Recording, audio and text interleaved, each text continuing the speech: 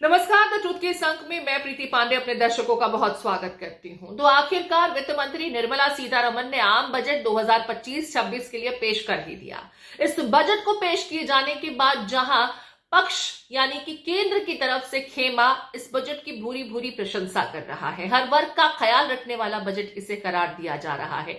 हर वर्ग के लोगों के लिए कुछ ना कुछ खास इस बजट में है, ऐसे दावे किए जा रहे हैं। तो वहीं विपक्षी खेमा हर बार की तरह इस बजट में भी कमियां निकाल रहा है। कोई इसे लिट्टी चोखा बजट कह रहा है, तो कोई ये कह रहा है कि दरअसल ये एक ऐसा झुनझुना है जो बहलाने के लिए तो अच्छा है, अच्छा सुनाई पड़ता है, अच्छा दिखाई पड़ता है, लेकिन असल में इसके फायदे कुछ नहीं होने वाले। आम आदमी के हाथ खाली के खाली रहेंगे, क्योंकि इस बजट में महंगाई कम करने को लेकर के कुछ खास नहीं किया गया है। तो चलिए क्रम दर क्रम हम समझने की कोशिश करते हैं कि इस बजट में क्या कुछ रहा जिस पर तमाम तरह की प्रतिक्रियाएं चाहे इसके फेवर में या फिर अगेंस्ट में देखने को मिल रही हैं।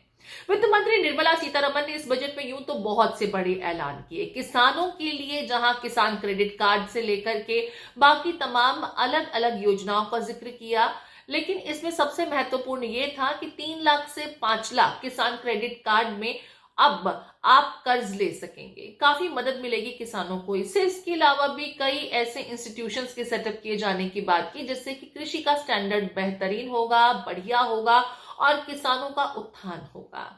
इसके अलावा इस बजट में सबसे खास और सबसे अहम जो बातें कही गई वो मध्यम वर्ग के लोगों के लिए, क्योंकि टैक्स में राहत एक बड़ी राहत के रूप में हमेशा से मध्यम वर्ग का व्यक्ति चाहता है, लेकिन हर बार उसे उसकी उम्मीद के अनुरूप टैक्स में कुछ खास बदलाव देखने को नहीं मिलते थे। लेकिन इस बार सरप्राइजिंगली वित्त मंत्री ने कुछ ऐसा ऐलान किया जिसे सुनने के बाद मध्यम वर्ग के लोगों के चेहरों पर तो मुस्कुराहट आ गई। वित्त मंत्री ने ऐलान किया कि 12 लाख तक की सालाना आय वाले लोगों को अब कोई टैक्स नहीं चुकाना होगा। यानी अगर आपकी 12 लाख तक की इनकम है तो 12,75,000 जो पहले से चला आ रहा फॉर्मेट है, उस 75,000 को भी इसमें ऐड कर दिया जाए तो 12,75,000 तक की इनकम वाले लोगों को टैक्स देना ही नहीं होगा। बड़ी राहत के रूप में इसे देखा जा रहा है और इस तरह के एग्जम्पशन के लिए लोग लंबे समय से उम्मीद कर रहे थे। उम्मीद इस बार भी की जा रही थी, लेकिन इतनी बड़ी राहत के रूप में नहीं, क्योंकि ज्यादातर जानकारों का यह कहना था कि ये छूट बढ़ा करके 10 लाख तक कर दी जाएगी। लेकिन इस बार वित्त मंत्री ने इस ऐलान के साथ ही हर किसी को चौंका दिया। जैसे ही उन्होंने ये ऐलान किया, सदन में तालियों की गड़गड़ाहट, टेबल पर थपकियों की गड़गड़ाहट देखने को मिली। ये बात अलग है कि विपक्षी खेमा इसे फिर भी झुनझुना ही करार दे रहा है। जरा सुन लेते हैं विपक्षी खेमे से किस किस तरह की प्रतिक्रियाएं मिली। मसलन राहुल गांधी ने जब मीडिया ने वो संसद से बाहर निकल रहे थे इस बजट पर टिप्पणी करने के लिए कहा तो वो कुछ नहीं बोले, खामोशी से चले गए। कुछ देर बाद सोशल मीडिया प्लेटफॉर्म पर एक्स के जरिए ये ट्वीट करते हुए दिखाई दिए कि सरकार के पास सोचने की कमी है, क्षमताओं की कमी है, ये टैक्स वाकई मायूस करने वाला टैक्स है। इसके अलावा अखिलेश यादव ने भी इस टैक्स के संदर्भ में, इस बजट के संदर्भ में बहुत कुछ कहा। इन बातों को लेकर के उन्होंने कहा कि ठीक है, आप बजट तो पेश कर रहे हैं, लेकिन कुंभ में जो लोग लापता हुए, जो मरे, उनके आंकड़ों को सरकार छुपाने की कोशिश कर रही है और हमारी प्राथमिकता उनको लेकर के है। आप सुनिए अखिलेश यादव को भी। ये नाउम्मीदी का पुलंदा है और शुक्र तो इस बात का है कि इंसान इसमें भी जिंदा है इस समय। अशोक भाई को पकड़ना भाई। जो सवाल पहले थे, महंगाई, बेरोजगारी और जो सपने दिखाए गए थे बड़े बड़े, अगर हम यूपी का ही देख लें तो निवेश की हालत क्या रही होगी।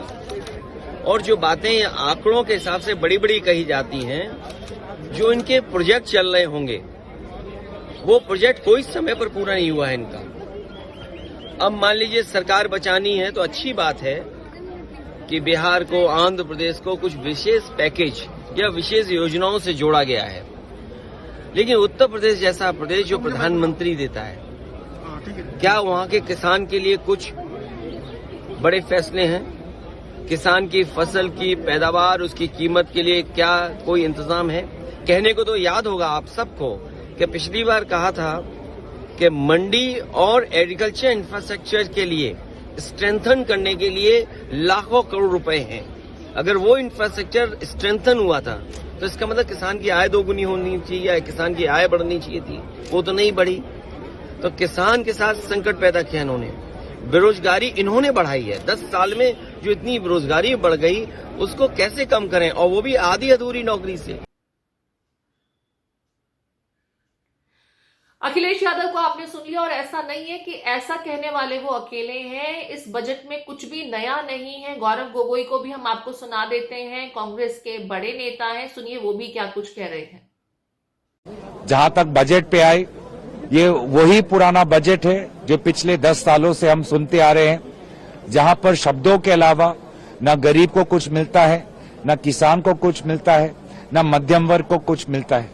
विभिन्न टैक्स के जो प्रपोजल्स आते हैं, नतीजे आते हैं, वो सिर्फ बड़े बड़े कंपनियों के मालिकों को फायदा दिलाता है। और आज भी यही है, बार बार सिर्फ किसानों और मध्यम वर्ग, सिर्फ शब्दों के लिए ही है। टैक्स में बार बार रिस्ट्रक्चरिंग पहले भी हुआ, लेकिन मध्यम वर्ग को कोई राहत नहीं मिली। जीएसटी, जिस प्रकार से जीएसटी, कभी इस पे जीएसटी, कभी उस पे जीएसटी। तो आज भी मुझे लगता है कि पिछले 10 सालों में जितने भी बजट है, सबसे कमजोर बजट इस साल का बजट रहा है। एकदम नॉन इवेंट है, this budget is a non event. चलिए, तो मध्यम वर्ग का हम जिक्र कर रहे थे। हालांकि विपक्षी खेमे का काम है इसमें भी नुक्स निकालना, कमियां निकालना, तो वो कमियां निकालेगा ही। लेकिन मध्यम वर्ग का हर एक व्यक्ति बड़ी राहत की सांस ले रहा है, क्योंकि टैक्स की मार से वो ज्यादा परेशान होता था। खास करके जनवरी, फरवरी और मार्च का महीना एक आम मध्यम वर्गीय व्यक्ति, मिडिल इनकम ग्रुप का जो व्यक्ति है, उसके लिए काफी भारी पड़ते थे। अब ऐसे में जब 12 लाख तक की छूट मिलेगी तो राहत तो डेफिनेटली मिडिल क्लास के, मिडिल इनकम ग्रुप के लोगों के लिए देखने को होगी ही। यहां पर हम बात करेंगे इसके बाद बिहार की। बिहार के लिए तो मानो वित्त मंत्री ने बड़ा पिटारा खोल दिया, बड़े बड़े ऐलान किए गए, कई योजनाओं का जिक्र किया गया, ऐसी ऐसी बातें कही गई जिसे देखने के बाद ये कहा जाने लगा कि ये बजट दरअसल लिट्टी चोखा बजट है। क्योंकि लिट्टी चोखा बिहार का एक बहुत पॉपुलर डिश होता है, तो लोगों ने इसे कहा, क्योंकि बिहार में चुनाव है, तो ये लिट्टी चोखा बजट था, क्योंकि बिहार की जनता को इंप्रेस करने की वित्त मंत्री कोशिश कर रही थी। बावजूद इसके तेजस्वी यादव कुछ कह रहे हैं, आप सुन लीजिए। बिहार के लिए विशेष राज्य का दर्जा, विशेष पैकेज की बातें, वो तमाम चीजें याद दिला रहे हैं। जरा सुन लेते हैं तेजस्वी यादव को भी। बिहार को हमेशा से मोदी सरकार ने ठगने का काम किया है, डबल इंजन की सरकार ने ठगने का काम किया। विशेष पैकेज की बात तो कहीं नहीं, विशेष राज्य का दर्जा पता नहीं अब मिलेगा कि नहीं मिलेगा। इन्होंने तो पहले ही मना कर दिया, लेकिन चुनाव में तो बहुत ऊंची ऊंची बातें की जाती हैं, बड़ी बड़ी बातें की जाती है, जुमलेबाजी होती है। जो आज का बजट है, बिहार के साथ कहीं ना कहीं से खिलवाड़ किया जा रहा है, सौतेला व्यवहार किया जा रहा है। और जो पिछले बजट में जो बात आई थी, उसी को दोहराने की बात इन लोगों ने किया है। ये बजट मेरा मानना है गांव, ग्रामीण और गरीब विरोधी बजट भारत सरकार ने पेश किया है, और बिहार को कोई लाभ जो है नहीं मिल रहा है। एयरपोर्ट की बात की गई कि भाई ग्रीन फील्ड जो है पटना के अलावा 3 और बनाएंगे। कहाँ बनाएंगे, कब बनाएंगे, कैसे बनाएंगे, उसका बजट एलोकेशन कितना होगा, कहीं कोई जिक्र नहीं। केवल जुमला और हवाबाजी। ट्रेन, रेल का भाड़ा महंगा होता जा रहा है, इसमें कहीं कोई राहत नहीं। पहले जब बजट आता था तो रेलवे का अलग आता था, अब तो रेलवे को खत्म ही कर दिया गया। हालांकि बिहार के लिए इस बजट में बहुत कुछ है, इससे दूसरे स्टेट के लोग भी नाराज हैं। अखिलेश यादव ने भी पूछा था कि यूपी के लिए इस बजट में क्या कुछ है, लेकिन फिर भी तेजस्वी यादव बिहार के लिए कुछ खास नहीं है, सिर्फ पहले बजट में जो कुछ था उसी का रिपीटिशन है, ऐसा दावा कर रहे हैं और इस बजट की आलोचना करते नजर आ रहे हैं। अरविंद केजरीवाल भी कुछ ऐसा ही कह रहे हैं। मसलन उनका ये कहना है, सोशल मीडिया प्लेटफॉर्म पर वो पोस्ट करके कहते हैं कि हम चाहते थे कि बड़ी राहत लोगों को मिले, होम लोन में राहत मिले, कार लोन में राहत मिले, और कई रिकमेंडेशंस थी जो चाहते थे कि आम जनता को इस बजट के जरिए मिले, लेकिन उनकी किसी भी मांग को सुना नहीं गया, अनसुना कर दिया गया। उनका ट्वीट आपको दिखा देते हैं। तो चलिए, ये तो बात हुई विपक्षी खेमे की, क्योंकि ज्यादातर विपक्षी खेमे से इसी तरीके से बजट की निंदा की जा रही है। लेकिन प्रधानमंत्री नरेंद्र मोदी ने इस बजट को लेकर क्या कुछ कहा, यह भी सुनना जरूरी है। भारत की विकास यात्रा का एक महत्वपूर्ण पड़ाव है। ये 140 करोड़ भारतीयों की आकांक्षाओं का बजट है। ये हर भारतीय के सपनों को पूरा करने वाला बजट है।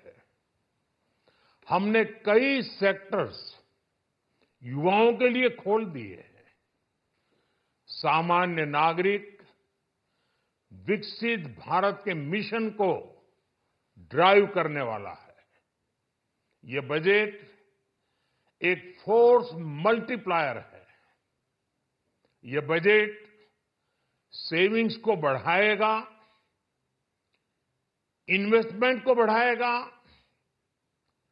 कंजम्पशन को बढ़ाएगा और ग्रोथ को भी तेजी से बढ़ाएगा। आज जो बजट भारत की वित्त मंत्री आदरणीय श्रीमती निर्मला सीतारमण जी ने रखा है, वह बजट बहुत ही संतुलित, ऑल इंक्लूसिव और विकास को बढ़ावा देने वाला बजट है। यह बजट विकसित भारत के संकल्प को गति देने वाला बजट है। इस बजट में गरीब और किसान का कल्याण है, वंचितों का सम्मान है और नारी शक्ति और मध्यम वर्ग का उत्थान समाहित है। हमारा बजट इस प्रकार से कहा जाए तो यह आम व्यक्ति का बजट है। तो प्रधानमंत्री नरेंद्र मोदी तो इस बजट की जबरदस्त तारीफ कर रहे हैं, प्रशंसा कर रहे हैं। बीजेपी के खेमे से इस बजट को लेकर के यूं ही तारीफें हो रही हैं।